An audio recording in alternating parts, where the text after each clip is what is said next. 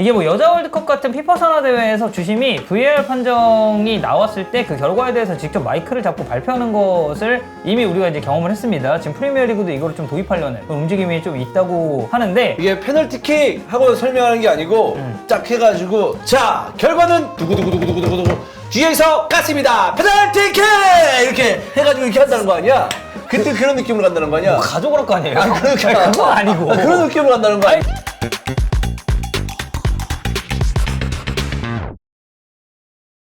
2024년 5월 2일 목요일입니다. 히든풋볼 목요부! 지금 5시 7분 넘어가고 있습니다. 안녕하세요. 오늘도 진행을 맡은 황대균입니다. 반갑습니다. 안녕하세요 이스타존입니다. 네, 안녕하세요. 장영훈입니다. 자, 챔피언스리그 4강 1차전이 끝났습니다. 저희가 이제 어제 영주형, 찬우형, 형철이랑 같이 바이에른 뮌헨이랑 이제 레알 마드리드 경기에 대한 이야기는 좀 해봤고 오늘 저랑 이제 새벽에 주원 형이랑 입중계했죠. 도르트문트 대 파리 생제르맹. 필크루크가 득점하면서 도르트문트가 1대0으로 승리를 거뒀는데 전체적으로 경기를 점유하고 소유 오래 하고 좀 주도했던 쪽은 파리였다. 근데 결국 득점이 터지지 않으면서 파리가 도르트문트 원정에서 0대1로 졌는데 일단 가볍게 장코치님 이거 경기 보셨나요? 네, 봤습니다. 본인이 생각하는 맨 오브 더 매치 누굽니까? 전 필크룩이요. 필크루크. 네. 이유는? 골 넣고 루이스 엔리케 감독 이제 경기 끝나고 기자회견을 봤거든요. 네. 그러니까 필크룩이 존재하는 것 자체가 경기 시작 전부터 약간 MON급의 존재 의의가 있더라고요. 이게 전반전은 약간 도르트문트가 좀 우세였고 후반전은 대려 좀 약간 파리가 우세였잖아요. 근데 이제 보니까 그 압박 형태로 보게 되면은 오른쪽 풀백이 바르콜라가 계속 그러니까 훈멜스랑 얘 오른쪽 리에송. 리에송에 대해서 바르콜라가 2대1로 놓여요. 그러니까 압박 자체가 거기서 그냥 수적 열세로 주는 거죠. 근데 이제 루이스 엔리케 감독이 그걸 얘기를 하더라고요. 왜 했냐면은 거기서 수적 열세 거기서는 그냥 주고 대신에 오른쪽 같은 경우엔 땡겨가지고 압박을 너무 잘해도 도르트문트 상대로 문제인 게 그럼 롱패스를 해서 필크룩한테 넘기고 거기서 세컨볼로 플레이하는데 그것도 엄청나게 잘한다. 그래서 압박을 너무 잘해도 문제니까 그래서 우리가 선택한 거는 거기선 수적 열세 그냥 줘버리고 대신에 이제 미드필더 같은 경우가 넘어오게 되면 바로 세컨볼 간격 좁혀서 할 수 있게끔 장치를 해놨다고 하는데 그러니까 그것 자체가 어떻게 보면 그러니까 필크룩 존재 의인 거죠. 그럼 그거가 이제 파리가 되게 부담을 느끼는 네. 부분이 될 수밖에 없었고. 네, 근데 그럼에도 불구하고 전반전에 골 넣고 그리고 그 전반전에 자비처 슈팅 한 번 또 있었잖아요. 골 에어리어에서. 네, 맞아요. 거기서도 보게 되면 막히긴 했지만. 네, 거기서도 필크룩이 오른발 컨트롤하고 왼발 패스. 그래, 맞아요. 툭 네. 밀어줘가지고 네. 떠서 그거 그냥 발리로 때린 거니까. 네, 거기서도 보면은 저도 솔직히 필크룩이 그 정도로 막 이렇게 좁은 공간에서 좋은지 몰랐는데 그게 한 동작하고 다음 동작까지 그 텀이 엄청 짧더라고요. 사실 그 첫 번째 골도 네. 오른발 터치해놓고 왼발로 네. 그거를 때린다는 네. 것 자체가 양발이 다 좀 자유자재로 쓸 수 있어야 이제 그런 터치가 좀 나온다라고 네. 이제 생각을 해서 필크룩 되게 이제 좋게 보신 것 같고 주원이 네. 형은? 저는 산초. 산초. 네. 근데 어제 산초 좀 괜찮더라고. 네. 뭐 되게 뭐 엄청나게 캐리했다 이건 아닌데 이게 중간중간에 볼 넘어왔을 때 어쨌든 파리 생제르맹 수비 라인을 좀 긴장케 했으니까 그쵸. 그런 부분에 있어서 좀 높은 점수를 줄 수 있겠다. 저는 아데엠입니다. 아데엠이고. 저는 그러니까 네. 공격적으로는 조금 막히는 것도 있고 턴오버도 네. 있었는데 야 이거 수비 커버가 하킴이 완전 네. 그러니까 그렇게 하키미 정도 속도 가진 풀백이랑 솔직히 스피드로 다이다이 깨서 네. 그렇게 뜰 수 있는 공격수가 제가 봤을 때 몇 없거든요. 없죠 거의. 근데 아데미가 그거를 와 진짜 수비 가담 엄청 하고 커버해주면서 저는 도르트문트가 그러니까 이기고 있던 스코어를 지켜내는 데도 도움을 많이 줬다고 생각하고 그리고 파리 측면을 좀 억제하는데도 굉장히 많은 도움을 줬다라고 해서 아데미 뽑았는데 다 다르네요. 저는 아데미, 장영훈 코치님은 필크룩 그리고 주원 형은 이제 산초까지. 네. 어제 이제 저희가 입중계하면서 제일 말을 많이 했었던 게 사실 이제 루이스 엔리케가 교체를 사실상 한정한 거잖아요. 네. 왜냐면 이제 루카스 헤난데스 부상은 이거는 사고에 의한 교체니까 아마 루카스 헤난데스 부상이 없었더라면 베랄두를 투입할 가능성은 상대적으로 좀 적었겠죠? 네. 그러면은 결국 이제 공격 진영에서 하나를 교체해서 그게 이제 콜로무아니가 됐다라는 건데 장코치님이 보시기에는 왜 어제는 콜로무아니 한 장만 루이스 엔리케가 교체를 했을까요? 그것도 기자회견 보면 얘기를 해요. 얘기를 하는 게 교체는 하나 했는데 전술적으로 바꾼 거 아무것도 없고 왜 안 바꿨냐면은 경기가 그냥 이퀄했다. 그냥 플랜이 정상적으로 기능을 하고 있었고 찬스가 계속해서 나왔다는 게 그 증거기 때문에 바꿀 이유가 없었다 이렇게 얘기하거든요. 저희 어제 중계할 때 딱 이 얘기 했거든요. 교체를 안 하는 데는 크게 두 개 본다. 네. 하나는 벤치를 봤는데 생각보다 이 벤치 자원들의 폼이 지금 주전 뛰고 있는 선수들에 비해서 뭔가 바꾸기 좀 힘들거나, 아니면 두 번째는 이게 골만 못 넣었을 뿐이지 이 양반이 지금 가지고 온 게임 모델이 제대로 동작을 하고 있다라는 확신이 있으니까 이거를 네. 그냥 딱 한 장 교체하고 만 게 아니냐 했는데, 엔리케가 결국 밝힌 거는 이제 후자에 좀 거죠. 가까웠던. 네. 예. 근데 이제 그건 이제 저는 사실 무한히 교체될 때 네. 저는 은바페 왼쪽 돌리고 하무스가 중앙에 나올 줄 알았거든요. 왜냐면 하무스가 최근에 폼이 또 좋기도 했었고, 네. 저는 은바페가 측면으로 빠져 있을 때 조금 더 위협적인 네. 모습이 많이 나올 수 있다라고 봐서. 네. 근데 무한히를 교체한 것에 대한 이유는 혹시 뭐라고 생각하시나요? 그거는 루이스 엔리케 감독 얘기는 안 했는데 제 개인적인 생각으로는 방금 저희가 얘기했잖아요. 그러니까 거기서 그냥 1대2로 수적 열세를 줬다고. 네. 그러니까 그러면은 신체적으로 조금 더 1대2를 더 능숙하게, 그래도 그러니까 수적 열세에서 힘들긴 하지만 거기서 그래도 최소한으로 뭔가 데미지를 안 받게 하는 데는 아무래도 좀 신체적인 능력상 무한히가 좀 더 나아서 그러지 않았나 약간 싶거든요, 제 생각에. 그래서 근데 은바페 같은 경우는 거기에 놓으면은, 그러니까 예를 들어서 아데미레인 정도의 수비를 해줄 수 있는 선수는 아니잖아요, 은바페는. 있을 때 뭐 빠르고 하긴 하지만 전반적으로 이제 내려앉는, 그러니까 드롭백하는 속도나 이런 게 그렇게 빠르진 않으니까 그런 거 감안해서 이제 무한히 넣지 않았나 일단. 뭐 저는 그렇게 생각을 합니다. 근데 나는 그게 이해가 안 되네요. 콜로몬이 들어와가지고 교체 효과 못 받고 뭐 찬스가 있어가지고 그랬다라고 했는데 결국 졌잖아요. 네. 네. 근데 그러면 잘못한 거 아닙니까? 결과적으로 그 교체를 안 한 거에 대해서. 나는 내가 뭐냐면 소극적이었다고 보는 거예요. 그러니까 어떠한 상황이라도 지금 게임 모델 잘 돌아가네. 잘 돌아가네. 내비둬야지. 찬스 좀 얻어내네요. 뭐 좀 기다려보자. 이거 진 거 아니야? 그 루이스 엔리케가 그렇게 하진 않았죠. 마지막에 또 웃고 막 그런 모습 보면 나같이 좀 예민하게 보는 사람은 좀 그렇게 얘기할 수는 있는 거지. 그러니까 예민하게 보는 사람 입장에서 말씀드리는 겁니다. 그쵸. 네. 그런 거 아니에요, 사실? 결과론적으로. 뭐 되는구나. 좀 되네. 잘하네. 찬스 잘 만들고 있네. 찬스 되네. 골 좀 넣겠네. 근데 시간 다 지나가고. 이거는 나는 지인 감독이 할 얘기가 아니다. 그러니까 게임 잘 돌아가고 뭐 찬스가 있었다. 근데 감독이 졌잖아요.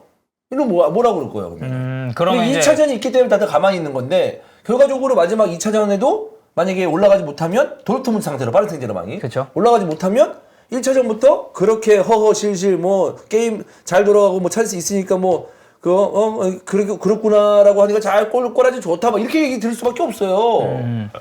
아니 뭐라도 해야 될 거 아니야. 이건 어떻게 생각하시나요? 근데 그러니까 결과를 놓고 얘기하는데 근데 거꾸로 그럴 수도 있죠. 예를 들어서 뭐 아까 하무스 얘기가 나왔잖아요. 하무스 넣었는데 은바페 측면 빼고 하무스 넣었는데 거기서 1대2 나왔는데 은바페 같은 경우 트랙백이 안 돼가지고 거기서 갑자기 경기 균형이 무너져가지고 추가 실점에서 2대0, 3대0 됐을 수도 있는 거잖아요. 그렇죠. 그리고 도르트문트가 골 찬스를 못 잡은 것도 아니었고. 네, 그래서 뭐 결과론적이죠 사실. 그래서 뭐 그냥 말씀하신 것처럼 근데 2차전 이기고 올라가면 문제 없는 거고. 그렇지, 문제 없는 거지. 2차전 만약에 뭐 져가지고 뭐 지거나 아니면 뭐 비겨가지고 떨어지면은 뭐 그거에 대해서 뭐 또 이제 결국에는 뭐 책임은 어떤 형태로 감독이 지는 거지. 그러니까 뭐 사실 아직 2차전이 있기 때문에 그렇긴 한데 저는 어제 개인적으로 그러니까 공격 자원이 없었던 것도 아니에요. 물론 이제 네. 마세이시가 좋은 것도 아니고. 근데 어쨌든 뭔가 시도를 해보는 것도 저 중요하다고 생각을 하거든요. 그러니까 마지막 뭐 10분이라도 그리고 또 두 골 세 골 먹을 바에 무서워가지고 그런 거는 도르트문트가 할 일이고 사실. 저는 파리 생제르맹 입장에서는 그럴 일이 아니라고 봅니다. 저는. 그래서 어제는 조금 이제 교체 카드에 있어서나 변화에 있어서는 좀 소극적이었다. 그렇죠. 그렇게 볼 수 있었다. 근데 엘리케 감독 말이 2차전이 있기 때문에 저도 막 뭐라고 할 수는 없겠지만 그냥 예민한 팬의 입장 그리고 이강인을 조금이나마 보고 싶은 제 입장에서는 예. 그래서 사실 막말로 얘기해서 쉽게 말씀드리겠습니다. 어제 엘리케 감독이 그런 식으로 교체할 줄 알았다. 그런 상황이 벌어질 걸 만약 예상했다. 그럼 어제 저희 중계 안 했어요. 저희인가요? 아니면 저인가요? 저희 다 잤어요. 저는요. 너는 했어야죠. 다행이다. 축구가 시작하기 전에 이렇게 교체할 겁니다라고 미리 플랜을 안 짜져서 다행이네요. 그러니까 그 정도다. 네. 어제 이제 또 국밥과 함께하는 또 재밌는 전이 아니었습니까? 그렇습니다. 네. 들어가서 바로 좀 편하게 주무셨나요? 바로 못 잤어요. 네, 바로 이제 집에 갔는데 이제 애들 막 깨어나고 그래가지고 바로 자지 못했지만 어쨌든 뭐 오늘 또 이렇게 새벽 중계 전에 잠시 또 눈물 치면 되는 거니까. 네, 그렇습니다. 네. 졸지에 단독 중계하실 뻔했는데. 단독 중계 근데 저희 가끔 해요. 근데 내가 요즘 갑자기 생각나서 하는 말인데 이제 시계에 이게 이제 수면 그 패턴 하는 게 있잖아요. 그거 하고 하면은 알아서 해주잖아요. 네, 해주거든요. 근데 저는 몰랐어요. 알아서 해주는지. 근데 한번 자볼까라고 해서 요 며칠 잡았거든요. 근데 너무 짜증나더라. 왜요? 나는 그냥 이렇게 자고 중계하고 이렇게 나중에 또 이렇게 뭐 스케줄 없을 때 자면 되는 거지 뭐 이렇게 생각하는데 여기 2시간, 3시간, 2시간 이렇게 자니까 네. 하루에 2번 자게 돼 있는 걸로 돼 있고 막 이렇게 돼 있어. 그렇지. 패턴이 그렇게 잡히는 거니까. 그러니까 내가 이게 더 잘못 살고 있는 듯한 느낌이 드는 거야. 그러니까 딱 일정하게 정해진 그 수면 패턴에 의해 움직이는 게 내가 너무 아니라 잘못하고 있다 내가. 이제 호날두 수면법을 하고 있다. 이런 거. 그러면 1시간만 시켜도 네. 호날두 그러잖아. 1시간만 했다가 일어나서 뭐 또 먹고 먹고 하늘 그리고 또 있다가. 자고 일어나서 운동 좀 한 하고 시간 이제 이렇게 자잖아요. 그래서 이제 시계 벗어놓고 자려고요. 계속 그게 기록이 되니까 짜증납니다. 네. 그 이제 저희와 같은 이런 불규칙적인 패턴을 사시는 분들은 저 진짜 농담 아니고요. 저 호날두 수면법 그거 디테일하게 본 적 있어요. 아 진짜? 한번 아니, 해보려고? 왜냐면 우리는 그럴 수밖에 없잖아요. 쪽잠을 좀 자고 일어났다가 다시 중계를 가고 이럴 수밖에 없어서 저 호날두 수면법이 진짜로 그 효과가 혹시 있나 싶어서 저 한번 따라해 보려고 진짜 찾아본 적도 있었습니다. 네, 그래서 혹시 기회가 되면 한번 해보고 제가 후기 들려드릴게요. 이렇게 자면 좀 편하더라. 네. 예전에 유튜브 컨텐츠에 미쳤을 때 이것저것 막 보고 그랬는데 이제 쇼폼이었나? 어쨌든 거기서 본 건데 그 일본에서 개발한 건데 이렇게 하면 잠이 잘 온다 라고 해서 한 그런 그 사진이 있었어요. 그래서 이걸 한번 따라해볼까 실험해볼 거라고 생각했었는데 지금 하면 재밌긴 하겠다. 그게 뭐냐면 흰색 천, 그러니까 호텔 같은 데 가면 있는 그런 흰색 천 같은 거 있잖아요. 예. 그 천을 이제 그 위에 올린 다음에 그거를 보자기처럼 쪼매요. 예. 그럼 사람이 그 안에서 이렇게 해가지고 뒤집어져가지고 네. 이렇게 돼 있는 거야. 네. 마치 누에고치처럼. 그 약간 미라처럼. 근데 느낌으로. 미라는 이렇게 되는 건 아니고 네. 이렇게 막 이렇게 무슨 바퀴벌레 뒤집어 있는 네, 모양으로 네. 이렇게 쪼맨 다음에 간 다음에 그러고 자는 거야. 네. 그럼 그게 잠이 너무 잘 온대. 그래요? 그게 뭔가 과학적으로 증명이 되는 그게 있더라고. 악몽 꿀 것 같은데 이렇게. 아니야, 그게 있어. 근데 아무튼 그거 한번 실험 한번 해보시죠. 한번 해보실래요? 제가요? 네, 그것도 했잖아. 그것도 그 무슨 덕바오요? 토바오가 네. 덕바오도 했잖아요. 그 덕바오는 이제 사실 철판만 깔면 되는 거잖아요. 어차피 뭐 나 알아보는 사람도 없을 거고. 근데 이제 그거는 제 수면에 지장을 주는 그런 행동인데. 네. 알겠습니다. 그렇습니다. 자, 그래서 어쨌든 2차전 양상은 뭐 파리 생제르맹이 지긴 했지만 이건 이제 2차전이 파리 홈에서 펼쳐지기 때문에 이건 어떻게 될지 아직까지 좀 따져봐야 되는 그런 상황이 됐습니다. 그리고 도르트문트가 이제 승리를 함에 따라서 UEFA 개수 이거는 이제 세리에 분데스리가로 다음 시즌 이제 5위 팀이 이제 누가 나갈지 어떤 리그에서 5위 팀이 챔피언스 리그에 나갈지도 굉장히 좀 궁금한 요소 중에 하나였는데 도르트문트 승리로 인해서 물론 이제 아스톤 빌라 그 UEFA 컨퍼런스가 프리미어리그 입장에서 남아있긴 합니다만 어쨌든 다음 시즌은 UEFA 개수에 있어서는 그렇게 좀 정리가 될 것 같습니다. 자, 토픽으로 넘어가 볼 건데요. 채팅창에 그 주드 벨링엄 얘기를 하시는 분들이 꽤 있었는데 이런 류의 기사가 나왔길래 저희가 가져와서 한번 이야기를 오늘 해보려고 합니다. 네. 주드 벨링엄 뭐 라리가 이적 후에 뭐 물론 이전에도 정말 잘했었던 선수지만 올 시즌 진짜 괄목할 만한 성과를 거두고 있는 선수가 바로 주드 벨링엄입니다. 지금 스탯을 살펴보면요. 라리가 25경기 나와서 17골 도움 4개고요. 챔피언스리그 9경기 나와서 골 4개 도움 4개. 저는 벨링엄 득점에 있어서 제일 중요한 포인트라고 보는 거는 진짜 순도가 너무 높다. 그렇죠. 그러니까 단순하게 뭐 3대0에서 4대0, 뭐 4대0에서 5대0, 뭐 이제 요런 류의 득점이 아니라 진짜 딱 그 결정지는 엘클라시코 올 시즌에 1, 2차전 벨링엄이 다 득점했고. 네. 뭐죠 그 리액션은? 절레절레라고요. 대단했다 그만큼. 네, 너무 기계 같아가지고 딱 넣어야 될 때 그렇게 넣어버리니까. 저는 개인적으로 이번 그 엘클 2차전 그 두 번째 네. 마지막 골 네. 약간 그 슈팅 꽂히는 거나 이런 거 조금 호날두 생각났거든요. 음. 호날두는 그런 찬스 있으면 사실 여지가 없었잖아요. 그냥. 그쵸. 무조건 피니셔로서의 역할을 제대로 해주는 선수였는데 뭐 그만큼 좋았고 챔피언스리그 나폴리전에서도 또 득점을 네. 기록하고 순도가 상당히 높은데 영국 그 디엑스레틱에서 벨링엄이 이제 축구를 대하는 태도에 대해서 이제 좀 주목을 했습니다. 자, 첫 번째는 주드 벨링엄의 이런 성숙함과 침착함에 대해서 이제 언급을 했는데 그 카타르 월드컵 당시 잉글랜드 대표팀이 이제 프랑스와 맞대결을 펼쳤었죠. 그리고 충분히 경기를 가져올 수도 있었으나 결국에는 해리케인이 PK를 실축하면서 아쉬운 패배를 당했는데 이 당시에 좀 유일하게 해리케인 쪽으로 다가가서 위로를 또 건넸었던 선수가 주드 벨링엄입니다.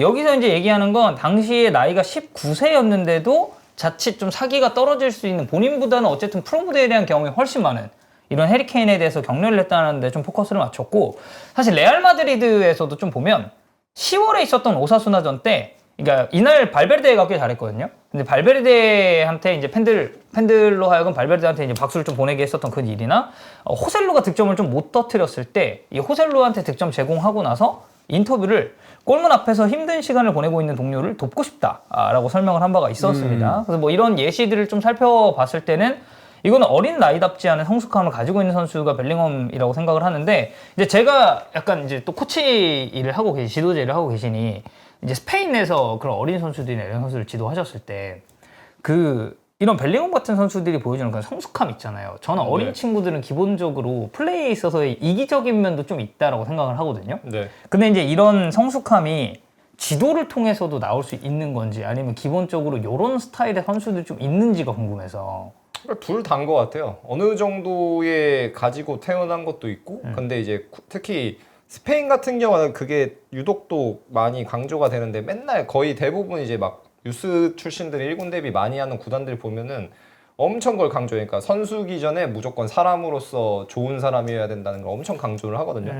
그러다 보니까 우리가 흔히 얘기하는 이런 약간, 그러니까 경기 중에 이제 플레이하는 상황 말고 외적으로 이제 뭐 성숙하다고 느끼는 부분에서는 어떻게 보면은 뭐 이제 부모의 영향이 일단 제일 크겠고, 그 외적은 이제 뭐 구단 본인이 있었던 팀들의 코치들 뭐 이런 데 교육이 있을 텐데, 근데 어쨌든 간 본인이 가지고 태어나는 것도 있겠죠. 근데 이제 반면에 근데 이제 경기 안에서 이제 보여주는 그런 것들 같은 경우에는 그러니까 인간적인 면 말고. 네, 경기 중에 나오는 거는 저는 근데 선천적인 게 거의 한 8할 9할이라고 생각해요. 아, 그래요? 왜? 네. 그러니까 지도를 해본 결과. 네, 왜냐면은, 그러니까 저도 이제 막 연령대를 막 다 해봤거든요. 막 초등학교 3, 4학년 맨 처음에 한국 들어서 시작해가지고 막 다 해보고 뭐 프로팀도 해보고 했는데, 대학팀 빼고는 다 해봤어요. 다 해봤는데 느끼는 거는 뭐냐면은, 그러니까 나이랑 그러니까 이게 상관이 없이 초등학교 3학년이어도 제 표현은 뭐라 그러니까 애늙은이라 그래요. 애늙은이. 그래서 그러니까 저희가 있었던 팀 중에 이제 막 훈련 일지를 쓰고 그다음에 경기가 끝나면은 경기에 대해서 이제 본인의 소감을 계속 쓰게 하는 경우가 있었거든요. 네.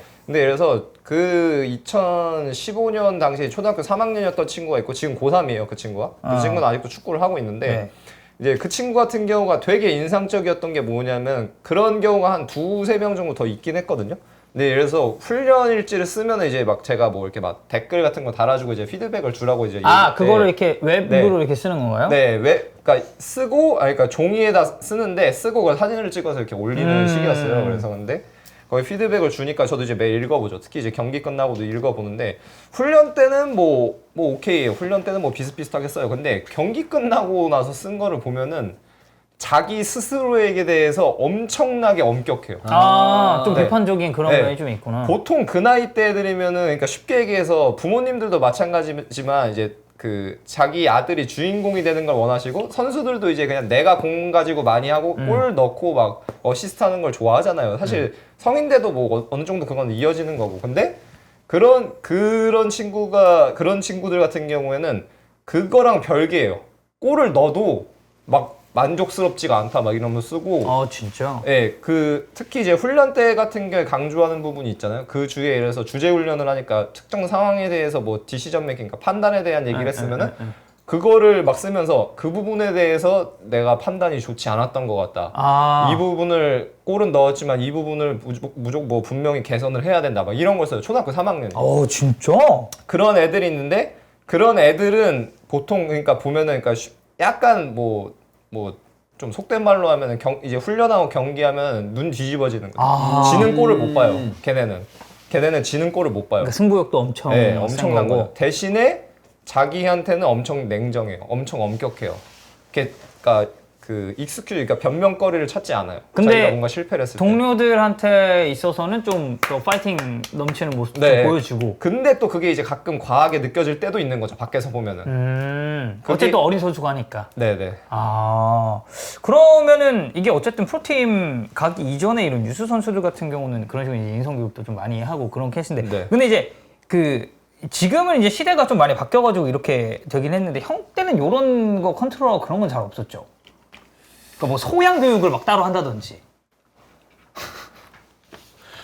공 잘 차면 짱이었죠. 네, 공 잘 차면 짱이었지. 뭐 정신 나가는 사람들 많았죠. 네, 네. 뭐 감독 코치부터 정신 다 나가 있는데 뭘 소양교육을 합니까? 네, 다 정신 빠져 있어가지고 애들 빠따나 칠 줄 알지 실력도 없으면서 뭐 그런 사람 많았죠. 네, 누가 누굴 가르쳐? 그냥 야만의 시대였어요. 네. 소양교육은 이제 물리교육. 네, 뭐 그런 느낌. 그렇습니다. 네. 아니, 네. 운동 에너지 전달. 네, 그렇죠. 그렇습니다. 네. 네. 아니 그럼 지금 주원이 형이 이제 올 시즌 보고 벨링엄 좀 어떤가요? 사실 이제 이 기사는 내가 봤을 때 우리가 이제 기사에 대해서 얘기하는 거예요. 맞아요. 우리가 이제 이 주제를 정한 게 아니고 여러분. 근데 이 기사는 제가 봤을 때 벨링엄의 유명세에 좀 따라간 게 아닌가. 그래서 제가 이따가 이제 얘기를 하려고 하는데 그래요? 제가 이게 왜냐면 저는 의견을 되게 많이 주실 것 같아가지고 이거를 가져왔거든요. 이거 디에슬레틱 댓글창 막혔습니다. 그래?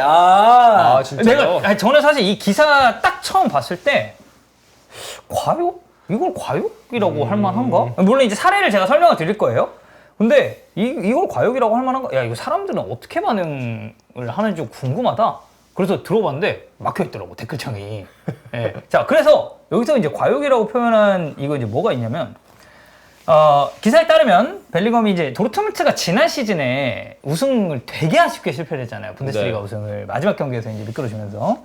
그때 우승 레이스에서 어이없게 좀 미끄러졌을 때, 벨링엄이 일부 팀 동료들이 본인의 그런 높은 기준치에 좀 도달하지 못했다라고 이제 생각을 했다고 하고, 이 스페인에 넘어와서 그 심판에 대한 인내심이 좀 빠르게 약화됐다라는 평가를 했는데, 벨링엄은 수비수로부터 자신이 충분한 보호를 받고 있지 못하다라고 생각을 하고, 이 1월에서 2월 사이에 치러진 6경기에서 총 이 선수가 4장의 경고를 받았거든요. 근데 이게 대부분 좀 그런 수비수들이 거친 파울을 했는데 뭔가 선언되지 않았을 때 그거를 좀 보복성으로 들어가다가 경고를 받은 케이스가 좀 많았는데, 이제 이거에 대해서 이야기를 좀 했고, 또 발렌시아전 때 그 헤수셀 만사노 크로스 올렸는데 바로 경기 끝내. 저는 근데 뭐 이거는 항의하다가 레드 카드를 받았는데 저는 이건 무조건 항의할 만한 그런 건덕지라고 보는데, 이걸 이제 SNS에 글을 썼다가 좀 비싸게 했음에도 뭐 여전히 이제 기록이 이제 좀 남아 있으니까.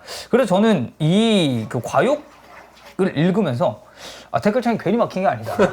그 주원 형이 얘기했던 이거는 너무 이 기자가 벨링엄 요새 잘하고 있고 레알 챔스 왠지 갈 것 같네. 2차전 산티아고 베르나베우네 하니까 약간 이제 이런 걸 올린 게 아닌가 라는 생각을 하고, 저는 그냥 되게 자연스러운 일이라고 생각을 해서. 이제 이게 댓글창이 안 막히려면은 다르게 표현을 해야 되죠. 어떻게? 이 젊고 어린 선수가 스탯도 잘 쌌지만 이런 식의 승부욕이 있다. 승부욕이 있다. 라고 했고, 이런 식으로 옐로 카드를 받았고, 그리고 만사노 주심 여기 크로스 동시에 레드 카드. 이거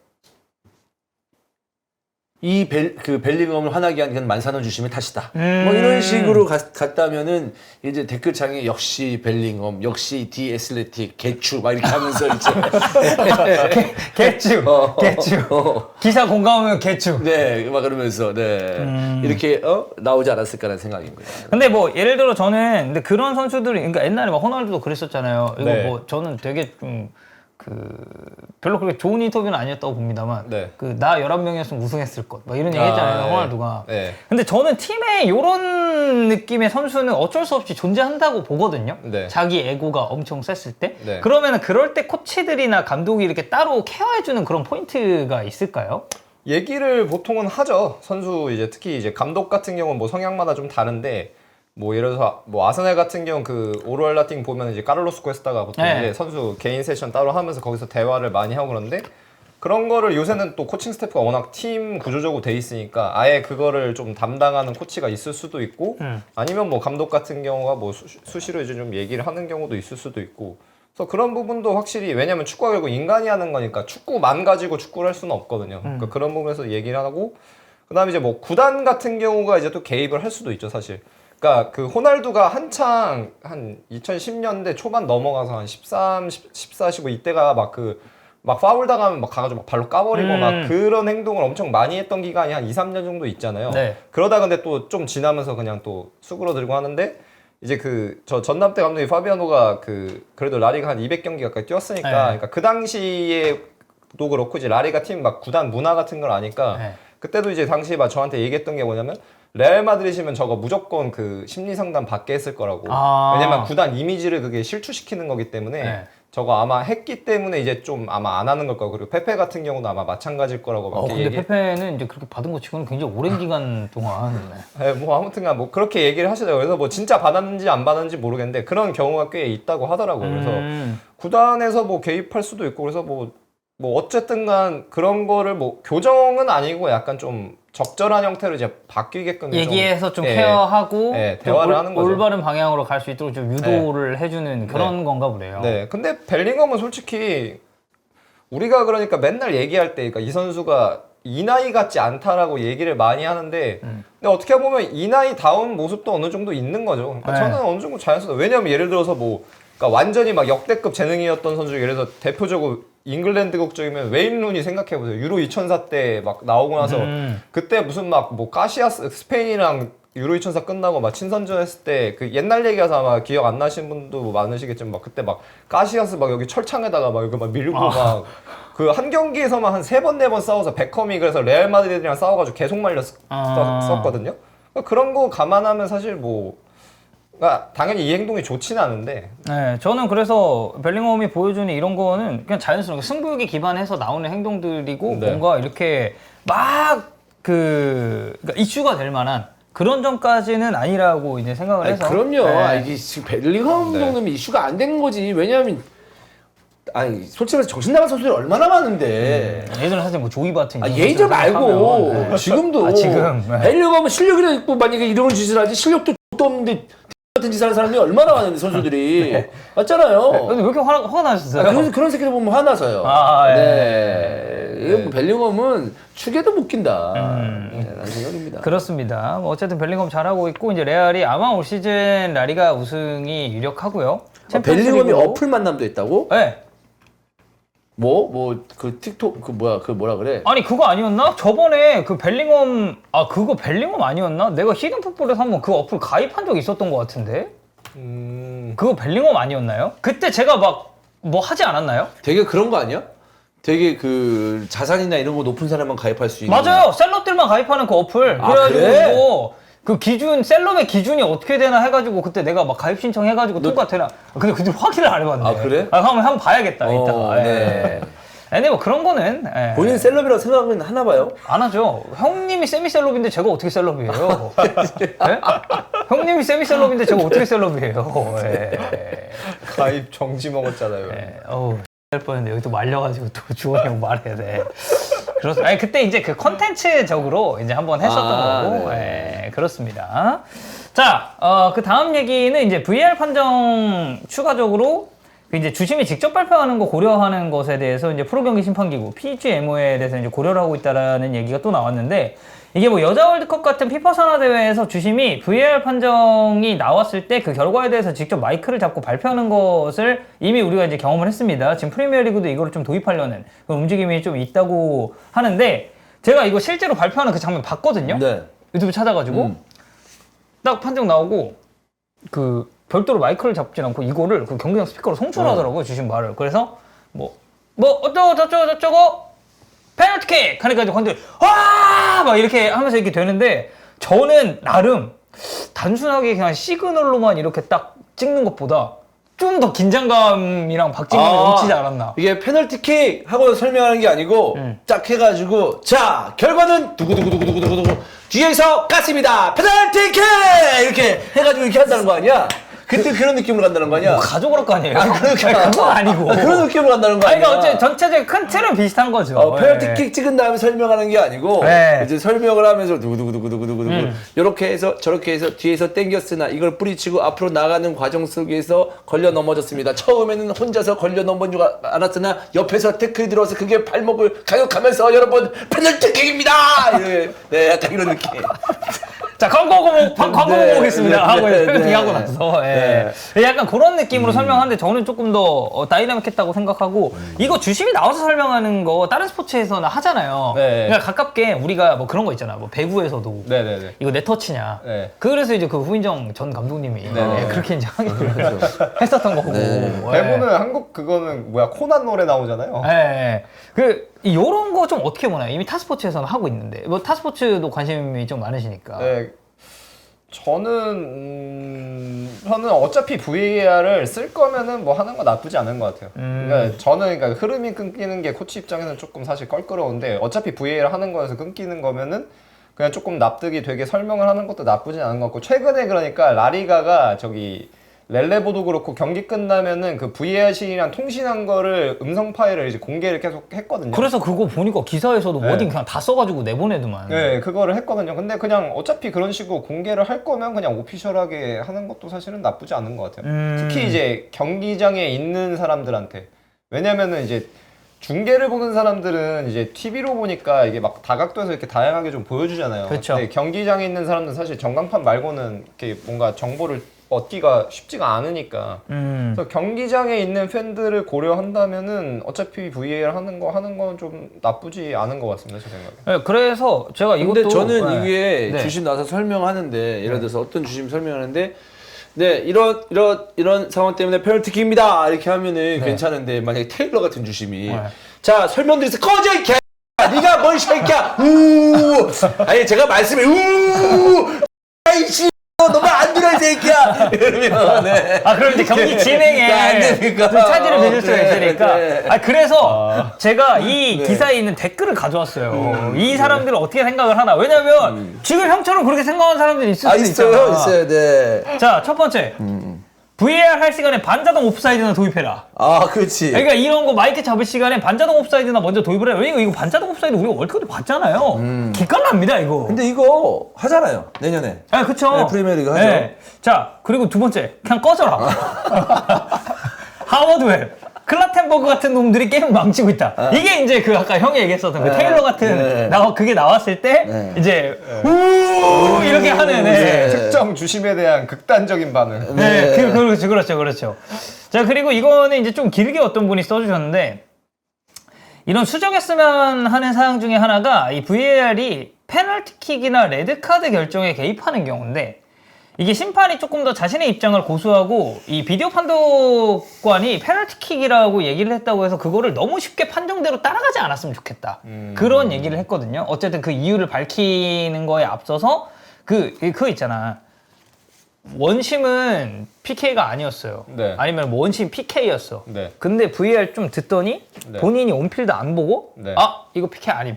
네. 이렇게 해서 판정을 번복을 한다든지 네. 아니 이거 PK 이렇게 되는 경우들이 좀 네. 있잖아요. 그래서 아마 이분은 그런 거에 대해서 주심이 좀 더 주관해가지고 판단을 해라라는 걸 얘기하지 않았나. 너무 VAR 따라갈 필요 없고 그냥 온필드 보고 본인 판정이 맞는 네. 것 같으면 그 소신대로 좀 밀고 왔으면 좋겠다. 네. 이렇게 이제 얘기를 한 것 같고 그 다음 여자 월드컵 그냥 심판은 이런 판정이다라고 설명을 했을 뿐 해당 설명에 대한 정당성이 없었다. 이거는 저는 그게 좀 갈릴 수 있다고 봐요. 그러니까 주심은 이 판정에 대해서 설명을 하는데 거기에 납득하지 못하는 그런 의견도 나올 수 있지 않을까. 그쵸. 네. 근데 이게 저는 주심이 앞에서 발표하게 만들면 뭐가 다르냐면 주심이 더 예민하게 판정을 내릴 것 같아요. 그러니까 뭐냐면 지금의 주심의 판정은 VR 봤어 영상 봤어 근데 아니야 삐끗 뭐 지랄해서 아니 뭐 저저저저 이러면 끝이야. 그러니까 선수들이 와서 이렇게 얘기했어. 이러면 끝이에요. 네 사실. 그렇죠. 그리고 네. 거기서 이제 항의를 했을 때 네. 사실 하기라면 이러면 끝이야. 그렇잖아요. 보통 주심들이 이제 그런 표정. 네네. 예를 들어서 약간 네. 그런 느낌인데 네. 이제 자기가 이제 자기 입으로 얘기하기 시작한다. 그럼 책임감이 더 나라면 올라간다는 책임감이 얘기잖아요. 들기 때문에 씨 또 이 마이크 잡고 얘기해야 되는데 야씨 제대로 봐야 되겠다 이거. 애매한데 이거 그래도 이건 파울이 맞지 아무리 생각해도 그래서 이제 자기가 좀 더 깊게 생각을 하지 않을까 라는 생각이죠. 저도. 말을 뱉는 거하고 안 뱉는 거 다르잖아. 그렇죠. 그러니까 네. 워딩이 확실하게 나오는 거랑 그냥 단순하게 판정이 이렇게 나와가지고 이제 통신하잖아요. 그렇지. 그 VAR 쪽이랑. 이거 내가 봤을 때는 PK인 것 같은데 어떻게 생각해? 뭐 이런 얘기 할 거 아니야. 네. 그래서 뭐 여기서 근데 방금 들어왔잖아. 그래, 이거 PK 하고 이제 결정하고 나서 그냥 이렇게 찍는 거랑 자, 뭐 VAR실과 뭐 통상 결과 이런 장면 때문에 뭐 해당 파울은 페널티킥입니다. 딱 이렇게 선언하는 건 말의 무게감이 다르다는 거예요. 다르죠. 다르면서도 얘기하겠죠. VRC에서 이렇게 얘기했는데 보고 난 아닌데. 아니 이거 계속 봐봐요. PK. 야 이 새끼야. 네가 얘기할 거야. 내가 얘기해야 되는데 똑바로 찍어봐. 이러면서 뭔지 알죠? 내가 마이크 잡아야 돼. 네가 내려와 그러면 어딨어 이 야 방송에 처박혀서 비디오만 보여주지. 막 이러면서 그래.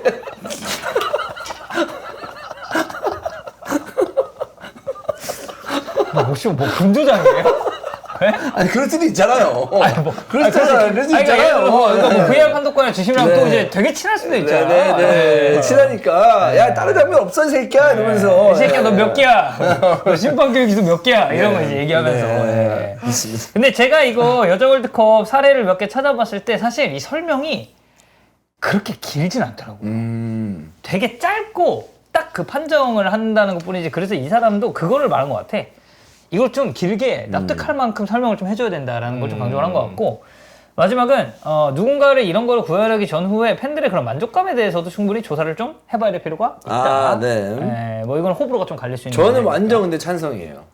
형 완전 찬성. 네, 심판들이 계속 어떤 무대에 나왔으면 좋겠어요. 네. 그래서 우리 옛날에 그 얘기 한번 했었잖아. 네. 막 블루카드랑 그거 얘기하면서 네. 이거 발표하는 거에 대해서 이런 이제 새로운 형태의 스폰서가 들어올 수 있다. 그때 아예 막 뭐 스테이지 설치하는 거 그래서 그 있잖아요, 스테이지 이제 어, 레드불 딱 맞아. 바뀌어가지고 자 레드불 VAR 판독 결과 그래, 그래서 이렇게 이제 네, 얘기를 했잖아. 하는 거지. 네. 그럼 축구가 새로운 이제 상업적인 거를 이제 조금 더 받아들일 수도 있는 거니까. 예. 그렇습니다. 뭐 이거는 실제로 된다면 그리고 프리미어리그에 도입이 된다면 굉장히 좀 재밌게 저희가 볼 수 있는 요소가 아닌가 싶고요. 자 오늘 토픽 마지막입니다. 장코치님 거 하기 전에 이번에는 저희가 축구 영화를 들고 왔습니다. 오호. 저번에 이제 그 넷플릭스 그 드라마 관련해가지고 저희가 한번 얘기를 했었죠. 그래서 이제 각 팀별 다큐라든지 아니면 특정 선수들에게 좀 촬영이 됐었던 그런 다큐에 대해서 좀 얘기를 했는데 오늘은 제가 영화를 좀 들고 왔는데 사실 영화가 다큐보다는 개수가 좀 적더라고요. 축구 관련된 영화. 근데 저는 이거를 조금 조사하면서 느낀 게 이게 확실히 축구 영화는 저는 만들기가 너무 어려운 게 아닌가. 어렵지. 그러니까 다큐는 어쨌든 그 실화를 해가지고 이렇게 맞아요. 쭉 팔로잉을 하는 건데 여기는 연기가 들어가야 되니까. 왜냐하면 축구 영화는 일단은 우리가 몰입이 돼야 되는데 이 연기자들을 데리고 이제 공차는 모습을 보여주면 이게 졸라 어설퍼요. 그 이제 네. 대표적으로 이건 드라마긴 합니다. 혹시 그 맨땅에 헤딩 아시나요? 네, 아예 그 소리 지르는 거. 저는 그거 네. 사실 볼 생각도 안 했지만 그 짤로만 나오는 거 봐도 저는 그걸 보다 꺼요. 네. 도중에. 네. 거기서 보면 사실 윤호윤호 씨는 제가 알기로 축구를 잘하시거든요. 근데도 이게 막상 그 경기장 안에서 뭔가 보여지는 네. 것 자체가 이게 또 우리가 이제 프로 레벨의 선수들을 너무 많이 보다 보니까 네. 딱 봤을 때 되게 어설프다.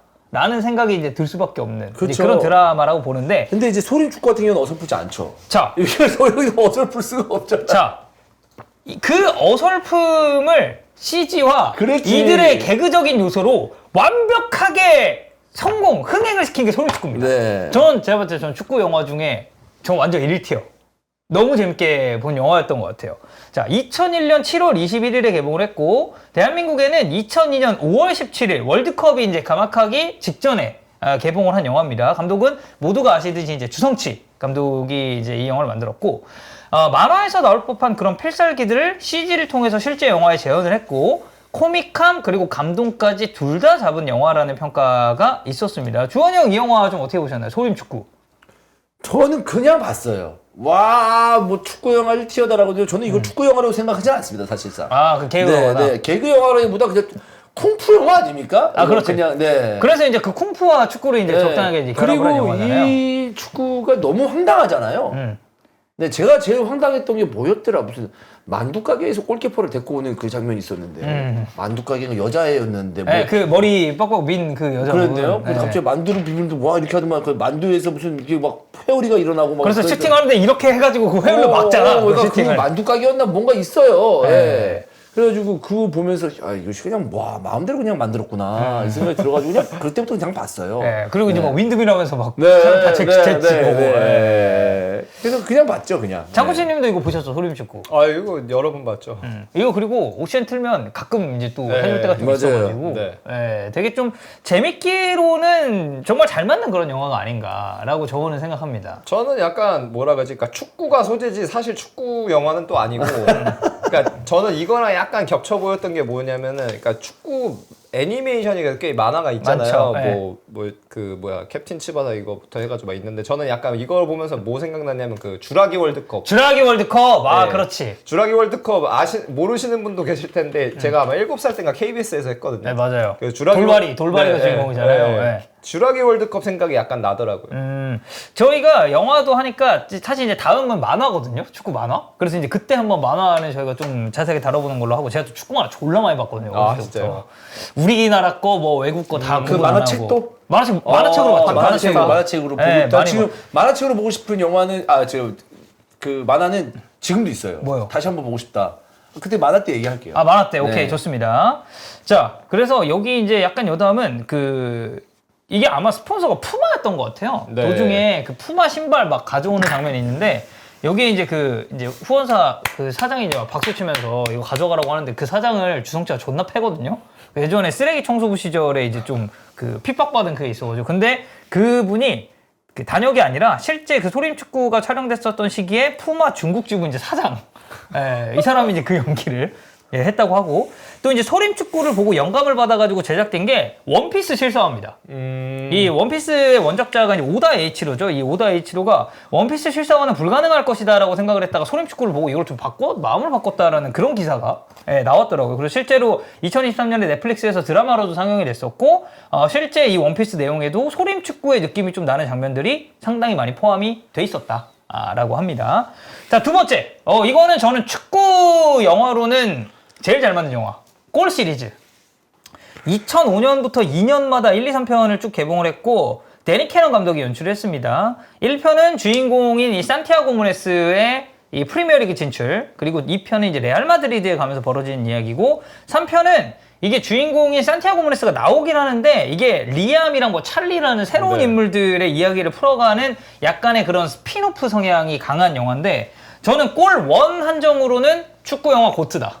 너무 재밌게 본 영화였습니다. 이거 장코치님도 보셨죠? 골. 예, 저도 이거 고등학교 때 보고 와 진짜 근데 막 뭔가 뭐라지 뭔가 밀려온다 그래야 되나? 막 운동장 나가서 축구 해야 될 것 같고 막. 좀 끌어오르는 그런 감정들. 친구랑 이제 처음에 같이 봤었거든요. 네. 고1 때 딱 봤었는데 보고 뭐라 그러지? 그러니까 사실 전개 자체는 약간 좀 어떻게 보면 진부하잖아요. 약간 그냥 성공하는 스토리죠. 그냥 뭐 네. 이렇게 가난한 집안의 소년이 이렇게 뭐 넘어와가지고 근데 또 어떻게 이렇게 딱 운으로 딱 좀 맞아떨어서 기회가 주어졌는데 그걸 잡아가지고 막 고난과 역경을 이겨내고 뭐 프로 선수가 된다. 그리고 이제 그 중간 과정에 러브라인 이제 한번 또 이렇게 살짝 이어지고. 네, 그래서 어떻게 보면 진부한데 근데 그 진부함이 우리 모두가 약간 원하는 그 진부함. 약간 축구 좋아하는 그리고 그때가 이제 또 약간 이 유럽 축구 막 들어올 때였잖아요. 맞아요. 왜냐면 개봉이 아까 말씀드렸듯이 2005년이었기 때문에 이제 박정 선수가 본격적으로 이제 딱 뛰기 시작한 그때였으니까. 그래서 좀 약간 이 사람들의 삶이 어떤 건가에 대해서 약간 막연하게 좀 있었는데 그게 시각적으로 이제 구체적으로 들어오니까 그걸 보는 재미가 되게 있었던 것 같아요. 그리고 여기는 이제 어떻게 보면 좀 카메오로 출연하는 그런 선수들이 네. 진짜 그 실제 선수들이잖아요. 그렇죠. 웨이트 트레이닝장에서 이거 머신 하고 있는데 네. 앨런 시어러가 다 끝났으면 네, 나오라고 한 다음에 나오라고. 무게 이만큼 이만큼 올려가지고 해가지고. 막 치고 그리고 이제 이거 아마 골 2였던 것 같은데 골 2에서 이제 바 같은데 갔는데 거기 뭐 라울 뭐 베컴 막 이렇게 나와가지고 저는 그런 거 보는 맛도 좀 있었던 것 같아요. 약간 유명 축구 선수. 그렇지. 저는 골을 별 기대를 안 하고 봤었거든요. 별 기대를 안 하고 봤었는데 너무너무 재밌어가지고 몇 번을 봤는지 모르겠어요. 골 저는 이때가 해설자를 막 꿈꾸던 시기라서 되게 어떤 축구적인 거에 굉장히 순수하게 미쳐 있을 때였어요, 사실. 그래서 이때가 뭐였냐면 베스트 11 막 포포투, 그때는 포포투가 나왔었나? 포포투가 이후에 나왔나? 어쨌든 베스트 11이나 포포투 이런 잡지나 축구 책 같은 거. 저도 집에 아직 네. 이만큼 있습니다. 네. 그 당시에 이제 샀었던 거. 그리고 이제 축구 해설자가 돼야지라고 생각을 하면서 막 그 베스트 11 막 그 칼럼 같은 거 필사하고 막 그럴 때였거든요. 근데 막 어떻게 해야 될지 모르겠으니까. 네. 근데 이 와중에 이걸 보니까 와 막 열정이. 끌어오르고 열정이 막 끌어오르고 막 그러더라고요. 그래서 이 영화는 여러분 진짜 안 보신 분들은 한 번쯤 봐도 되는 그런 영화고. 지금 봐도 재밌어요. 네, 그래서 중간 중간에 뭐 인상 깊은 어떤 그 내용들을 얘기하고 싶지만 여러분 또 안 보신 분들이 있기 때문에 디테일하게 얘기는 안 하겠습니다. 그리고 아까 얘기했잖아요, 제가. 축구 영화를 보면 좀 어설픈 게 있다. 근데 사실 이 장면도 걔 누구야? 얘 산티아고 산티아고 메네즈 무네스. 친구도 좀 어설퍼요, 걔가. 가빈 해리스? 네. 네. 좀 어설프고 산티아고 메네즈도 좀 어설프긴 하거든요. 근데 그 와중에 산티아고 메네즈는 공을 가지고 잘 다뤄요. 실제로 축구를 엄청 잘한대요. 네, 공을 잘 다뤄요. 네. 그래서 좀 몰입해서 볼만합니다. 그래서 여기는 좀 이제 명대사도 좀 있죠. 공이 발보다 빠르다. 그리고 이제 그 감독이 하는 말 중에 셔츠 앞에 써 있는 이름이 셔츠 뒤에 있는 이름보다 중요하다. 그러니까 이제 개인보다는 팀에 대한 그런 거를 강조하는 약간 교훈적인 그런 이야기도 있고. 근데 이제 단점은 역시나 그 1편만한 2, 3편이 없다라는 게 2편은 개연성이 좀 많이 떨어진다는 평가. 그리고 3편은 이거는 축구가 아니라 그냥 로맨스물 아니냐. 왜냐면 이게 중간중간 로맨스 얘기가 엄청 많이 나오거든요. 이게 다 있다 보니까 1편보다 더 나은 2, 3편은 없다. 라는 평가를 골 CD를 통해서 이제 확인할 수 있지 않았나 싶습니다. 여기에 이제 뭐 저희가 구체적으로 다루지 않겠지만 맨발의 꿈이라는 영화도 있었고. 맨발의 꿈 제가 재밌게 봤습니다. 네, 동티모르 그거를 이제 실화 바탕으로 해가지고 한 거잖아요. 네, 거기- 정재영 씨 나온 영화죠. 네, 그때 제가 맨발의 꿈을 왜 봤냐면 해설자가 되고 나서 이 1시, 2시에 애들을 이제 가르치러 많이 다녔어요. 근데 아침에 일찍 일어나잖아. 네. 할 게 없는 거예요, 오전에. 그래서 조조 영화를 엄청 많이 봤습니다. 마침 그 내가 가르치는 의정부 아 맞아, 형이 그때 조정호 많이 봤다고 한 거 의정부 같다. 소초 앞에 메가박스가 있었어요. 의정부 초등학교 앞에 그 큰 건물에 그 꼭대기 측에 메가박스가 있어가지고 거기서 이제 조조 영화를 많이 봤는데 그때 본 영화가 맨발의 꿈이었는데 거기서 제가 기억나는 단어가 야 가난하다고 꿈도 가난해야 돼? 딱 이 대사가 나옵니다. 예, 그 대사가 이제 기억이 나네요 지금. 그리고 그때 또 애들 가르칠 때라 더 맞아요. 좀 네. 와닿지 않았을까. 뭐 그렇게까지는 아니었는데 그냥 봤어요. 애들 가르치는. 네, 그럼 이제 또 안 나오던 걸로 네, 정리하겠습니다. 네. 장군님 맨발의 꿈 보셨나요? 아니요, 못 봤습니다. 뭐 이것도 되게 약간 그러니까 축구를 기반으로 해서 되게 감동적인 이야기고 여기에 이제 부터 드림이라는 축구 영화도 있었고 그리고 여러분들은 잘 모르시겠지만 그 차인표 씨 나왔었던 보리울의 여름이라는 약간 또 축구를 기반으로 한 영화도 있는데 사실 이게 축구 영화가 지금 저희가 좀 이렇게 보듯이 그렇게 흥행을 막 했었던 영화가 많지 않아요. 최근에 드림이라는 영화 문성희 형이 뭐 시사에 참석도 하고 네, 했다고 맞아요. 하는데 네. 네. 축구 영화는 이런 거 기획하거나 만드셔가지고 홍보할 생각이 들면 저 인스타 TV 그래서 제가 또 영화 이런 거 좋아하니까 네. 종인도 좋아하거든요. 물론 종인이와 저하고 취향은 같지 않습니다. 종인이 이제 헤어질 결심 자기 너무 재밌게 봤다라고 했는데 전 2번인가 3번 봤는데도 도대체 왜 이게 재밌는지 모르겠더라고요. 그러고 나서 옛날에 뭐 주책남이나 이거 했을 때 형 만추 좋다. 만추. 그 형 현빈 씨 좋다. 나온 거죠? 그래가지고 진짜로 정말로 미루다가 갑자기 이번에 잉글랜드 갈 때 만추가 있더라고요. 네. 아 이번에 네. 그래서 봤어요. 네. 와 만근추였나요? 그래서 내가 느꼈죠. 이 새끼하고 나온 취향이 완전 다른 새끼다. 와 만추 내가 처음부터 끝까지 뭐가 있겠지 뭔가 있겠지라고 했는데 정말 예. 근데 종윤이 형은 저는 음악 듣는 것만 좀 봐도 좀 독특해요. 네. 취향이 일반적인 그런 그 대중적인 음악을 많이 듣진 않잖아요. 그분이. 그래서 영화픽도 이제 약간 좀 그런 쪽으로 가지 않았나 싶습니다. 드림이 그거잖아요. 드림 홈리스 월드컵. 네. 맞아요. 그거 아마 그 홈리스 월드컵 이번에 한국에서 하거든요. 아, 올해 그래요? 10월에. 네, 오. 올해 10월에 한국에서 하는데 아마 그거 선수 선발할 때 저도 같이 할 것 같아가지고. 오 진짜? 네, 그래서 저도 하기 전에 영화 좀 한번 보고 이제 하려고요. 감독으로 가는 건가요 그러면? 뭐, 아니, 그 감독하시는 분 아마 뭐, 이렇게 따로 이렇게 그 약간 교육자분처럼 계시는 걸로 알고 있어요. 근데 제가 좀 약간 그거 도와드리고 할 것 같아가지고. 오 네. 드림의 이제 실사판. 네, 뭐 실사판인지는 모르겠어요. 그게 근데 아마 실화일 맞아요. 거예요. 실화 드림 바탕일 자체가. 거예요. 네. 저도 아직 보진 못했는데. 그렇습니다. 그리고 이제 여기에 약간 스포츠 영화 몇 개를 저희가 더 얘기를 하자면 되게 재밌는 스포츠 영화들이 많아요. 일단 첫 번째 머니볼. 저는 이거 진짜 재밌게 봤거든요. 이게 야구 영화잖아요. 네. 그래서 이게 실제 메이저리그 단장인 그러니까 실제 인물이죠. 실제 이제 기반을 한 거니까 이 단장 빌리빈 그리고 이 오클랜드 애슬레틱스의 이야기를 극화한 영화인데 저는 이걸 보면서 그 세이버 매트릭스라는 거에 대해서 조금 더 쉽게 이해를 할 수가 있었고 실제로 그 프리미어리그의 브렌트포드가 승격했을 때 그 머니볼 비유가 되게 많이 됐더라고요. 찾아보니까 데이터나 수치를 통해서 굉장히 합리적이고 객관적인 기준을 잡고 선수를 영입해서 이제 좋은 성과를 네. 냈었던 그런 게 좀 있었는데 이거 그 평점 찾아보니까 그 박평식 평론가님이 별 4개 만점에 3개 이동진 평론가님이 별 5개 만점에 4개를 줬더라고요. 이거 머니볼도 보셨죠? 네, 머니볼도 한 2-3번 봤죠.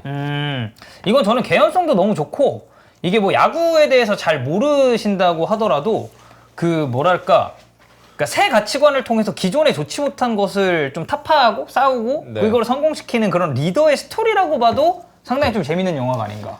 머니볼 같은 경우에는 저는 축구랑 빗대어서 많이 봤는데 사실 야구가 먼저 야구는 당연히 이전부터 오래전부터 숫자에 대해서 어떤 그 뭐라고 해야 될까요? 그러니까 숫자에 대해서 관심을 가지고 선수들을 판단을 하고 이 팀에 대해서 판단을 하는 그런 어떤 그 기술들이 있었는데 축구는 그렇지 않았었거든요. 이전에는. 왜냐하면 사실 감으로 많이 움직이는 감독이나 코칭 스태프의 감으로 많이 움직이는 어떤 그 스포츠였었는데 많이 달라졌죠 축구도. 네, 그런 어떤 그 선수들이 데이터적인 데이터적인 부분 20골을 넣어도 똑같은 A와 B가 20골 넣어도 이 선수의 승점을 가져오는 골 순도가 어느 정도냐.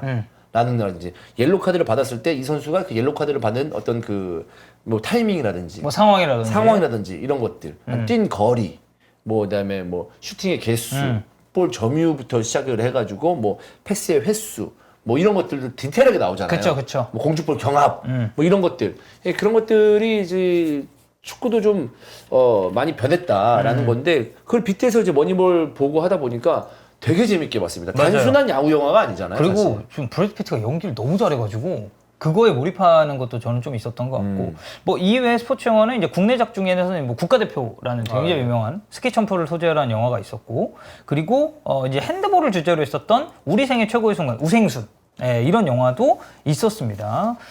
그래서 축구 영화는 저희가 생각보다 뭐 양이 많진 않다 보니까 뭐 대표적인 것들만 이제 소개를 해드렸는데 다음에는 여러분들이 비교적 또 쉽게 접하실 수 있는 애니나 아니면 이제 만화책으로 된 축구 그런 만화에 관련해서 저희가 한번 다뤄볼 예정이니까 그때도 재밌게 봐주셨으면 좋겠습니다.